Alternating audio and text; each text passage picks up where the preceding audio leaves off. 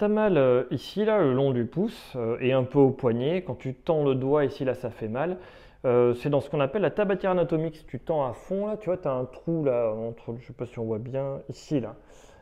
On s'en servait pour prendre le tabac avant. On mettait le tabac et on sniffait le tabac. On me demande pas pourquoi, hein, ça se faisait avant. C'est un truc à savoir. Bah, en fait, c'est un truc qui sert à rien. Bon, je t'explique ce que c'est la tendinite de Kervin. La tendinite quand tu as mal là. Donc tu prends ton pouce ici, là, tu tires vers le bas et ça fait hyper mal. Donc, moi je suis tout raide, donc ça tire, mais ça fait pas hyper mal. Souvent c'est gonflé aussi, ben, c'est la tendinite de cet endroit-là. Tu as une espèce de gaine, le tendon long extenseur du pouce, là, celui qui tend le pouce, il passe dedans, et c'est tout enflammé, ça fait hyper mal. Donc règle 1, arrête de tirer sur ton pouce. Donc tu verras, il faut le mettre en position de repos, c'est souvent le poignet un peu en arrière ici, souvent on peut mettre des attelles, ne serre pas l'attelle.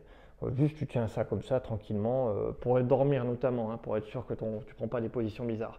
Souvent c'est parce que tu vas être là, vraiment dans cette position, en hyper rotation, le pouce vers le bas, tu vas écrire peut-être de manière bizarre. En tout cas il y aura une sursollicitation avec cette espèce de poignet cassé en flexion. Et c'est ça qui va te faire mal, c'est les mouvements répétés, poignet cassé en flexion. Donc qu'est-ce qu'on fait pour le soigner? C'est très simple, on va faire des mouvements excentriques. Donc je vais tendre dans une position relative, à peu près droit, où je sens pas de douleur, mais un peu de gêne, mais ça va. Et là, je vais plier. Donc en fait, je résiste au fait que ça plie, mais je me laisse gagner. Alors, je résiste pas fort, tout doucement. Et là, je vais plier. Je vais hop, plier mon doigt. Et en même temps, mon poignet va un peu suivre. Ça va plier. Je montre ici, je plie. Hop, je résiste et je plie. Tout doucement, avec très peu de force. Ça va faire des mouvements de pompage qui vont enlever l'inflammation qui se trouve dans la gaine, tout simplement. L'inflammation, elle va partir. Bon, si tu arrêtes de faire après des positions où tu vas sursolliciter ton tendon, elle va pas revenir peu. Et à force de faire le pompage, comme tu as cassé quelque chose, l'eau va venir nettoyer, t'enlèves l'eau, elle revient nettoie, t'enlèves l'eau, elle revient nettoie, et après tu n'as plus mal. C'est un peu répétitif ce que je viens de dire. Je résume. Tu tends ton pouce doucement, hop, tu bats la position doucement.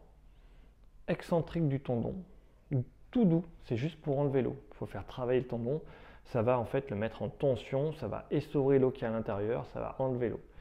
Et après, derrière, c'est des positions de repos.